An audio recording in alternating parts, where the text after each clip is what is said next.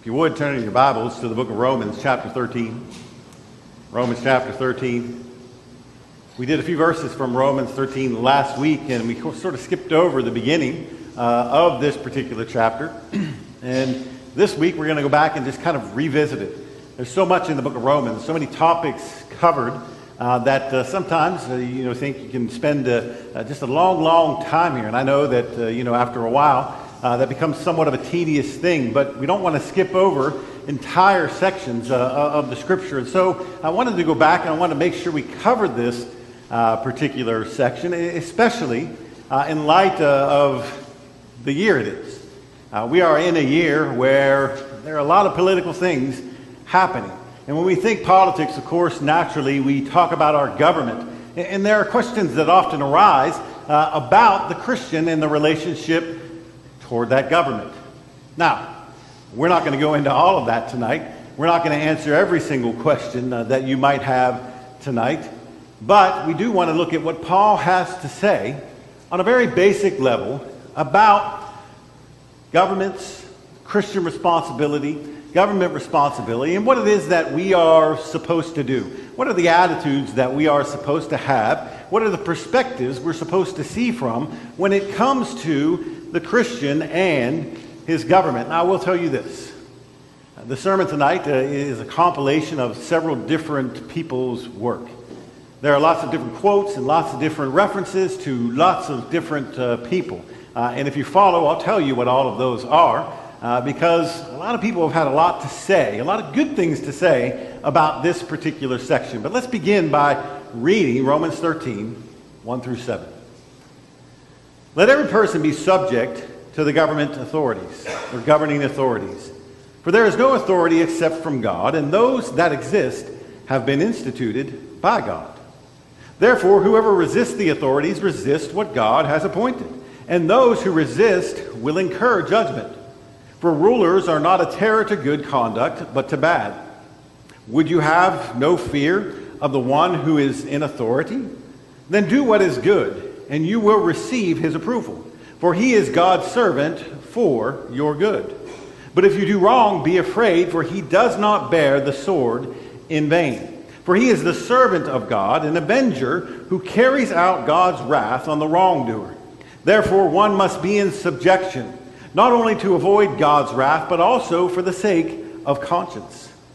For because of this, you also pay taxes. For authorities are ministers of God, attending to this very thing. Pay to all what is owed to them. Taxes to whom taxes are owed, revenue to whom revenue is owed, respect to whom respect is owed, honor to whom honor is owed. Now, you write these words. Paul writes these words, I should say, and we read these words thousands of years later. And sometimes we have the idea, Paul was maybe writing at a time where government was more favorable. And these words, they seem to speak of things very favorable. He kind of paints this picture of, government is going to be with me when things are bad and when immoral activity is going on. The government's always going to take the side of morality. And yet that's not the time in which Paul wrote. Paul is no doubt writing in response to the appointment of a new emperor, a guy by the name of Nero. And Nero was not a good guy. We've covered him in a couple other classes. But Nero was not a very good guy. He didn't start out with a very good, lineage. His father was basically a murderer. At least 3 different murders were attributed to him. Nero himself was considered a madman. He kicked his own wife to death because she got pregnant with child, and just a horrendous thing. Nero is the guy who would put Christians on poles, dip them in tar, and use them to light his garden. So Paul's not writing about a government that is favorable to Christianity. As a matter of fact, if it is not written in the law, then it certainly by its execution was. Just a reminder, turn your ringers off. They want to sell me something, I guess. But, they're flew right out of my head. I did have a thought. Just like a telemarketer, right? To blow your whole thing. All right, but, the government is not favorable. He's pretty much made Christianity illegal. If not by the written law, certainly by the practice of the things that he practiced. So Paul doesn't write these things about a government that was completely on the side of Christianity. That actually is not going to happen for a number of years. And even when it does happen, it doesn't always work out for the church to have that type of thing happen. As a matter of fact, you could probably track the downhill slide of the church into a great apostasy when it became the official religion of the state. So Paul's, again, not writing about a government that is favorable to Christians, but instead he's writing against the backdrop of a government that is persecuting Christians. But there are at least a couple of points we want to point out. If we find it that hard to kind of harmonize in our minds, hopefully these 3 points that I think Paul really dwells on here are going to help us sort of fix this in our minds. Paul in no way is advocating the idea that everything government does is sanctioned by God, and therefore everything government does is good. And Paul is not saying that at all. And that's not his idea. But he does point out these couple of things. Number 1, the government and God. It says here that God has established civil authorities. In verses 1 through 7, we're told that God has established it. No one has power except God puts them into power. Years ago, a guy by the name of Thomas Jefferson wrote these words. He said, "Can the liberties of a nation be thought secure when we have removed their only firm basis, a conviction in the minds of the people that these liberties are a gift from God? Indeed, I tremble for my country when I reflect that God is just, that his justice cannot sleep forever." A guy by the name of Harold Berman, law professor at Harvard, he wrote these words. "Politics and law are not a path to grace and faith. But are not grace and faith a path to right politics and right law?" In other words, what Jefferson and Berman are both saying is that it is God who establishes the rightness and wrongness of things. And he places this enforcement power in the hands of what we call here authorities. There are people who are designated, who are appointed to be the administrators of the justice of God when it comes to these laws. Now notice what he says here. Verse, just down a few verses in our context. He says he does not bear the sword in vain, if you're using the King James Version.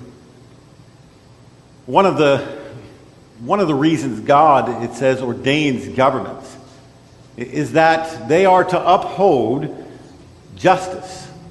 They are to uphold justice. That's that whole sword part. If you resist them, you incur judgment. If you don't want to get in the pathway, if you don't want to be on the bad side of the idea of justice, then you're going to do things that are good. But if you want to receive the full wrath, that is the sword of these government powers, then you're going to simply choose to do the things that are wrong. Now, Paul here uses a word for sword that doesn't just mean a sword that anybody would have carried around. He uses a word that literally means the executioner's sword. And it was a specific term. Government has a right to not only uphold the law, but to take your life. They do not bear the sword in vain. They are an avenger who carries out God's wrath. And that's one of the roles that they have. If you go back to Psalm 106, in Psalm 106 and verse 3, the psalmist declares, "Blessed are they that keep judgment. Blessed are they that keep judgment, and he that doeth righteousness at all times." If you go forward to Isaiah chapter 1 and verse 17, Isaiah declares, learn to do well. Seek judgment. Relieve the oppressed. Judge the fatherless. Plead for the widow. There is a sense of justice in this world. And there is a sense in which God's justice will be upheld in this world. When people do wrong, when people rob, and when people steal, and when people murder, and when people do all of those things that most people acknowledge are wrong by the decree of God, whether they acknowledge God or not, those things are worthy of punishment and wrath and justice. And God says a government is ordained for that very purpose. But not only do they uphold justice, another reason that government is formed, another reason that God has ordained government is to establish order within society. Now, kind of the smaller version of this is what we're told about the church. God doesn't leave his body of believers without some type of organization. We understand that Paul tells Titus, set all things in order, appoint, elders in every city. We know that there is an office of a deacon. We know that there are people and men who are appointed to be ministers of the word, those who we call today preachers. We know there is an organization within the church, and here we're being told that God has ordained government to uphold this sense of justice, but the upholding of that sense of justice has kind of the idea attending it that it also orders society. Benjamin Franklin said it this way. He said, I lived, sir, a long time, and the longer I live, the more convincing proofs I see of this truth, that God governs in the affairs of men. If a sparrow cannot fall to the ground without his notice, it is probable that an empire can rise without his aid? We have been assured, sir, in sacred writings, that except the Lord build the house, they labor in vain who build it. I firmly believe this. And I also believe that without his concurring aid, we shall succeed in this political building no better than the builders of Babel. In other words, it's got to begin with God. It's got to be organized with God. And it's got to operate on the justice of God. I think the third reason why we have the ordination of this government is to bring to the people a knowledge and an understanding of that which is good and that which is, the opposite of good.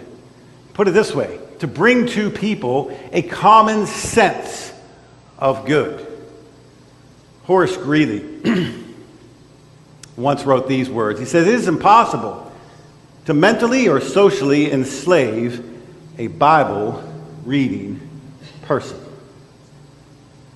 Now think about that for just a minute. It is impossible to mentally or socially enslave a Bible-reading person. Man, it speaks right to the goodness of God. It speaks right to the purposes of God. It speaks right to the things that God has ordained and established in this world for us and for our benefit. Now, we got to broaden this out. We think of government, we think our government. But see, all governments in the world have the responsibility of upholding the principles of God. Now, some do better than others, right? And hopefully we tend to think ours is a little better than a lot of them out there. But they all have the responsibility to do that, to uphold justice, to provide that common good, to establish order in society. Abraham Lincoln put it this way. He said, we have been the recipients of the choicest bounties of heaven. We have been preserved these many years in peace and prosperity. We have grown in numbers, wealth, and power, and no other nation has ever grown. But we have forgotten God. We have forgotten the gracious hand that preserved us in peace and multiplied and enriched and strengthened us. And we have vainly imagined in the deceitfulness of our hearts that all those blessings were produced by some superior wisdom and virtue of our own. It behooves us then to humble ourselves before the offended power, to confess our national sins, and to pray for clemency and forgiveness. Those words were written in 1863, and yet they're relevant today. Are they not? What about governments and our responsibility? Governments have a responsibility. God outlines it pretty clearly. Provide justice for the common good and to establish order in a society. That's the job of government. But what about our responsibility, and how does that relate to the government? Well, if you take a look at the text again, because God has ordained them, we must honor them. Now, there are a number of different ways that we can honor our government, right? I'll tell you what, sometimes don't really feel too much like honoring the government. Sometimes you look out at some of the decisions, and you look out at some of the laws, and you look out at some of the bills, and you look out at, and it's real easy to kind of, Monday morning, quarterback that thing. And it's real easy to be, judgmental and critical and kind of put ourselves in this position where not only are we not honoring, we're actually dishonoring at times. And we don't do ourselves really any good by that. But there are a couple of ways I think that we can, no matter what, honor those who have these positions of authority. One of them is mentioned in 1 Timothy. 1 Timothy chapter 2, verses 1 and 2. Paul writes to Timothy, and he says, I exhort, therefore, that first of all, supplications, prayers, intercession, and giving thanks be made for all men. And then he goes on in verse 2 and says, for kings and for all that are in authority, that we may lead a quiet and peaceable life in all goodness or godliness and honesty. One of the best things we can do for those who are in these positions of power is to pray for them. Pray for that peace to persist. Pray for good and godly behavior. Pray for honesty. We can lift these folks up in prayers and pray that God is with them in their heart and the actions that they take. Also, I think he says we should pay what we owe. It's tax time, right? How many days shy of tax time are we? The 15th? Coming up pretty quickly, right? 18th. What is it? 18th? Oh, it's 18th this year? Okay. So, it's time to pay taxes. If you pay taxes, maybe you're in that category of, getting things back. Maybe you've paid kind of up front. You let them borrow a little bit of your money for some time. They're not going to pay you any interest. But you got to pay it. There are people after year after year after year after year who get in trouble because they don't pay their taxes. And this is one of the areas in the Bible that's pretty clear. He says, pay your taxes. Where taxes are due, pay the taxes to them. Where honor is due, give honor. We should pay what we owe. Mark chapter 12, verse 17 says this, and Jesus answering them said to them, render unto Caesar the things that are Caesar's, and to God the things that are God's. And they marveled at him. Another way that we can do this is we ought to live in obedience. If you go over to 1 Peter, in 1 Peter chapter 2, beginning with 13 and reading down through verse 17, Peter says this, submit yourselves to every ordinance of man for the Lord's sake, whether it be to the king as supreme or unto governors, as unto them that are sent by him for the punishment of evildoers, and for the praise of them that do well. For so is the will of God, that with well-doing you might put to silence the ignorance of foolish men, as free, and not using your liberty for a cloak of maliciousness, but as servants of God. Here's another set of passages that tells us we ought to obey those who are in these positions of authority. And again, Peter, like Paul, he doesn't say they're going to do everything right. He doesn't say they got it all figured out. He doesn't say that they are the sages of spiritual wisdom. But they are ordained of God, and we do need to obey. And in that obedience, we we honor them. Paul would obey his government, and he would keep the ordinances of his government. Christ himself would say that we need to follow and pay those things that are owed to government. But that doesn't mean that we give ourselves over in blind obedience to government. I mean, Paul, again, if you go over to, well, let's just turn there very quickly. Go over to Acts chapter 16. Acts chapter 16. Beginning with verse 35.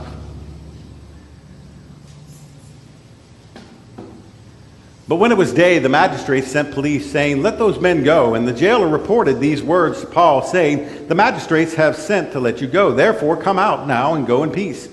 But Paul said to them, "They've beaten us publicly, uncondemned, men who are Roman citizens, and have thrown us into prison.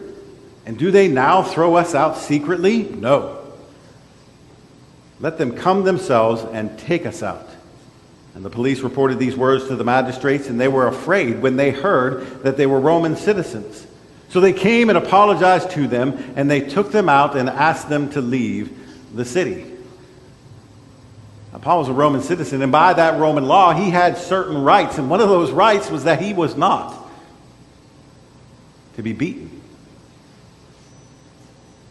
Now, Paul upholds that law, but by the same token, he uses that law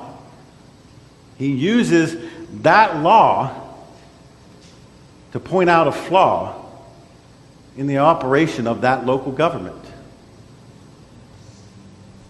The Bible never says that you're supposed to go away from God's word and fall prey to men who have other objectives in mind. Fall prey to a government that is bent on providing not justice, but injustice to its citizenship. In other words, when bad government comes along and they ask you to obey things that are simply outside of what God defines as right and good behavior, then that obligation to obey flies out the window. Acts chapter 5 and verse 29. The disciples are preaching in the temple complex. They're beaten. They're told not to do it again. And the response that is given there is, we what? We ought to obey God rather than men. Now, you can get all kinds of laws that tell us we're not going to be able to preach. You can make all kinds of laws telling us that everything that we're doing is wrong, but we're still going to do it. Why? Because we ought to obey God rather than men. The apostles understood. Paul understood that sometimes you can't go along. The apostles understood sometimes you have to go against that authority. But we are to participate in government.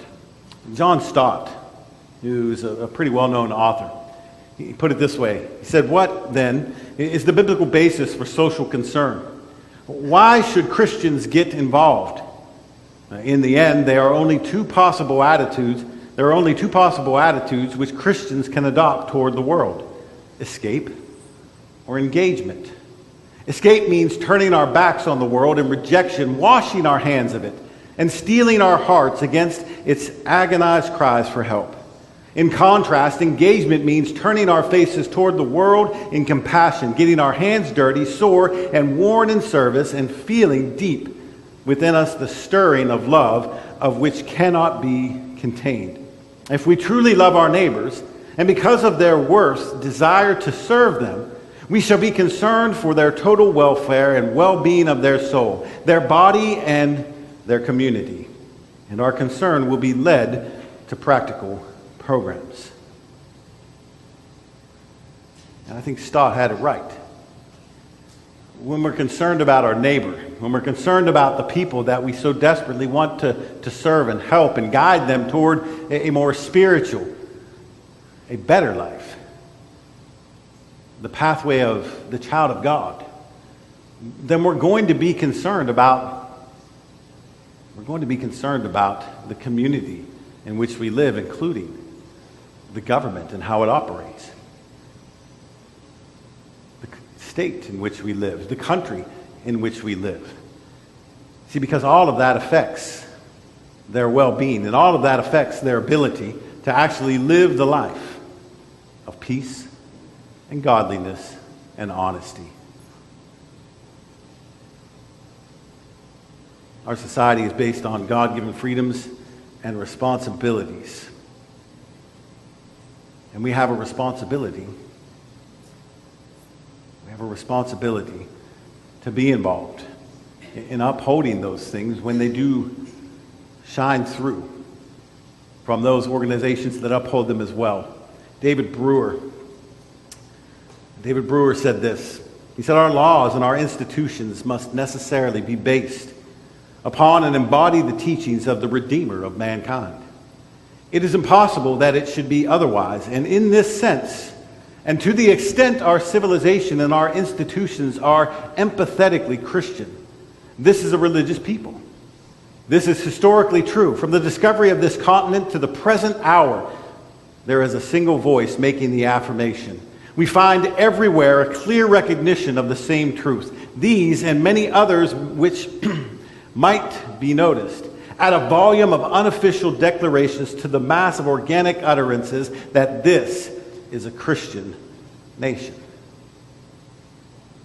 Man, we ought to be doing everything that we can to hold that idea up, to further that idea, and to let everyone know that that is who we are. And I think finally, our obligation is there because we simply are to be light in this world and salt. Ye are the salt of the earth. But if the salt have lost its savor, wherewith shall it be salted?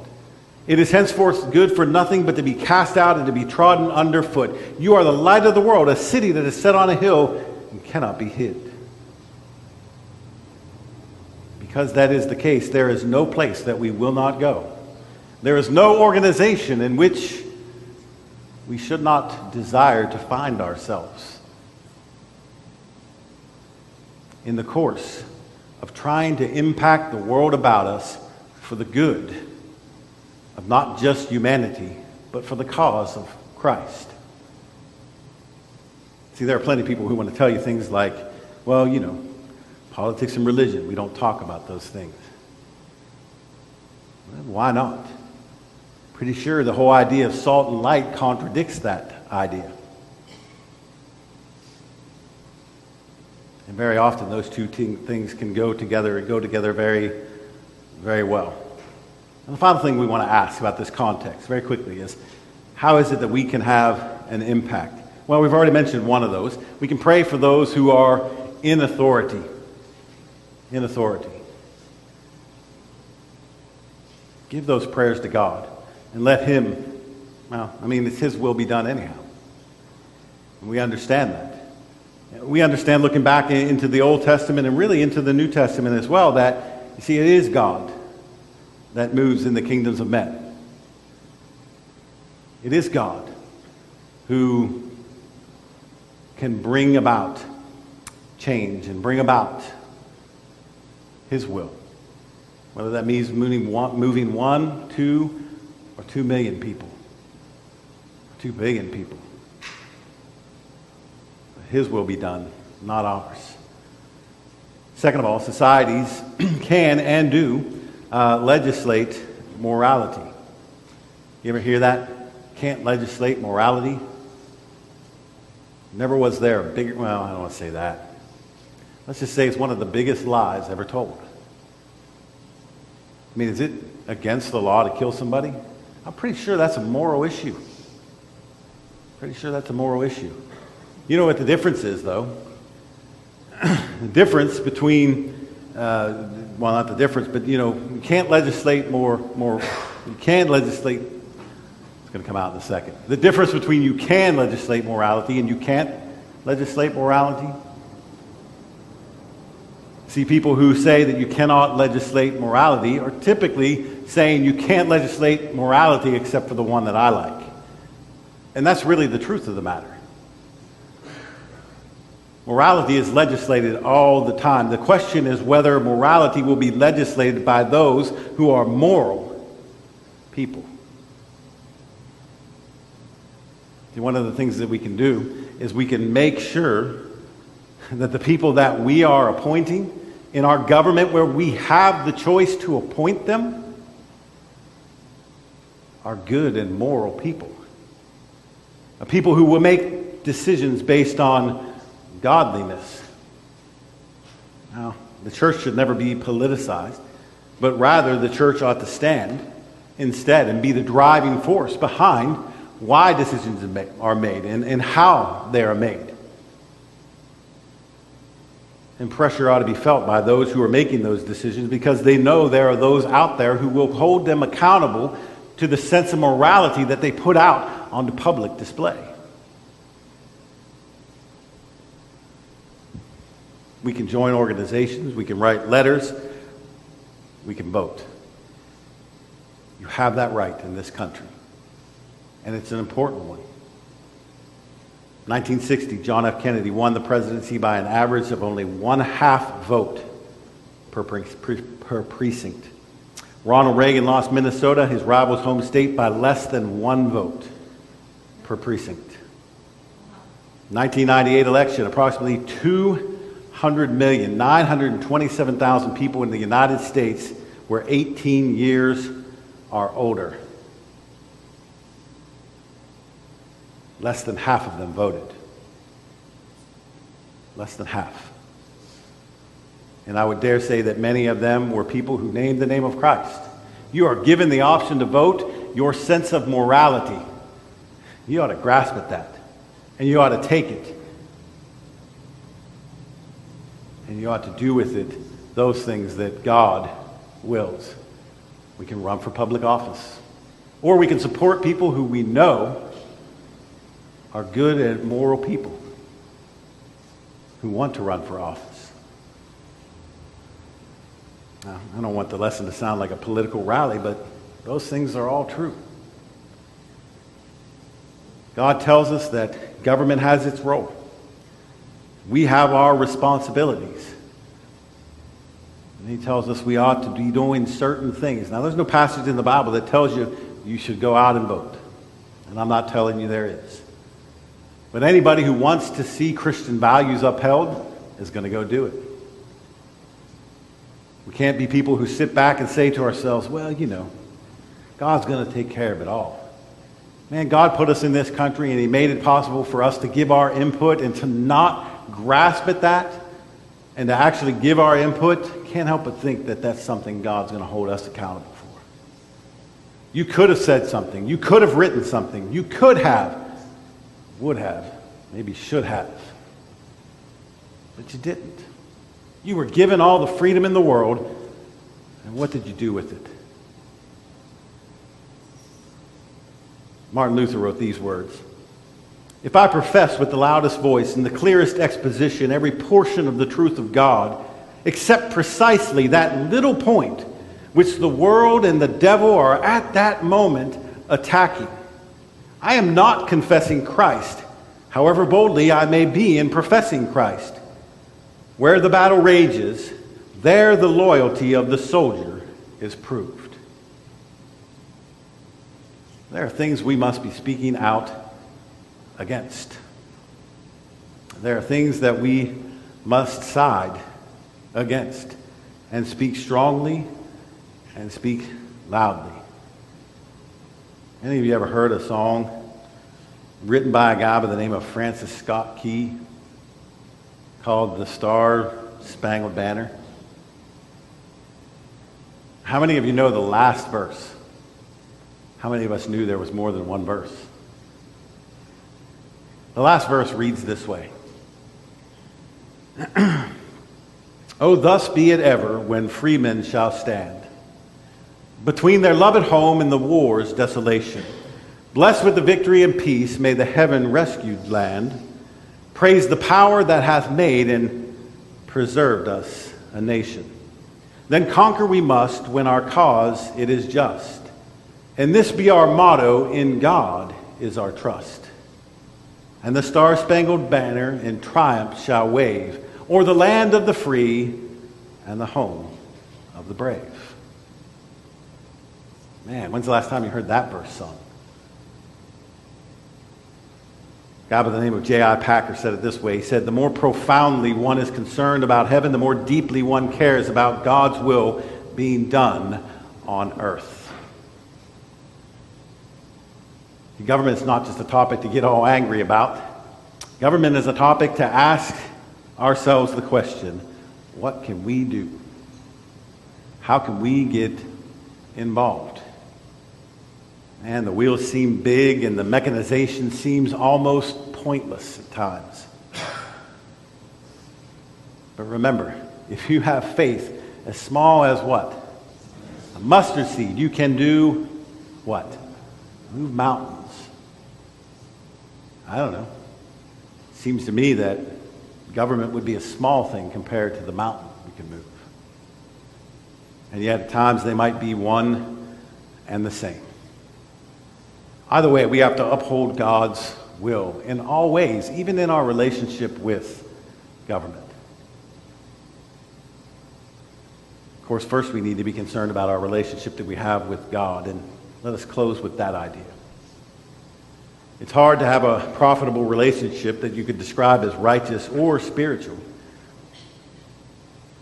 if we don't first have that relationship with Him. Maybe you're here tonight and you've yet to begin that.